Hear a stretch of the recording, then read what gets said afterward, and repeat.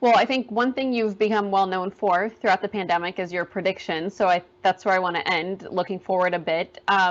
What do you think will happen in the fall and the winter? What do you expect to happen with the coronavirus in the fall and winter, especially that, there will be some commingling with flu.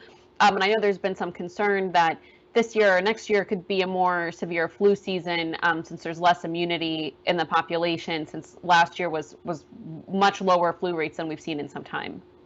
Yeah, we're in for a very bad flu season. We didn't put immunity in the population last year. It looks like this may be another year where flu prevalence is lower. Turns out that the mitigation that we're adopting to try to slow the spread of a coronavirus, while marginally effective against a coronavirus, is very effective, seems to be more effective against flu, which spreads primarily through droplets and more typically spreads from one person to two people versus this virus, which spreads more from one person to 30 people. I'm of the opinion that this Delta wave, barring something unexpected, this Delta wave is probably the last major wave of infection that we're going to have. And what I mean unexpected, I mean a new variant that pierces the immunity that's offered by vaccines and prior infections. So barring that from happening, on the back end of this Delta wave, and I think there's still parts of the country that are going to be engulfed by this Delta infection, even as cases plummet in the South and the overall national average comes down because of that. The Midwest is very hot right now. I don't think the Northeast is impervious to Delta spread. But on the back end of this, I think prevalence will decline. And so we'll get to a place maybe through the winter where we're at 20 cases per 100,000 people per day.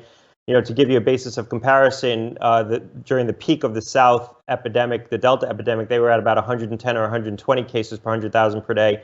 During the nadir in the summer, in June and July, when prevalence fell very low, we were at about 4 or 5 cases per 100,000 per day nationally. So, you know, we'll probably bounce around 20 cases per 100,000 people per day. There'll be virus around. I think, you know, it will be an environment where a lot of activity is resuming against that backdrop. And then on the back end of this, I think this becomes a more endemic virus. If there is going to be a new variant, many people think it's going to be within the Delta lineage. So it's going to be some mutation on this Delta variant. There's actually 20 different Delta variants circulating right now. And if we do end up re-vaccinating the population in the future, I believe, and this is still an open question, there's still a lot of debate around this, but I believe it's probably going to be a vaccine that's based on the Delta backbone. You know, again, barring something unexpected when a new variant comes along, if we come to the conclusion that most of the mutations are going to happen within this Delta variant, because this is now the dominant strain, you could see in the future vaccines engineered based on a Delta backbone. And all the companies, including the company I'm on the board of, Pfizer, are developing Delta variant vaccines,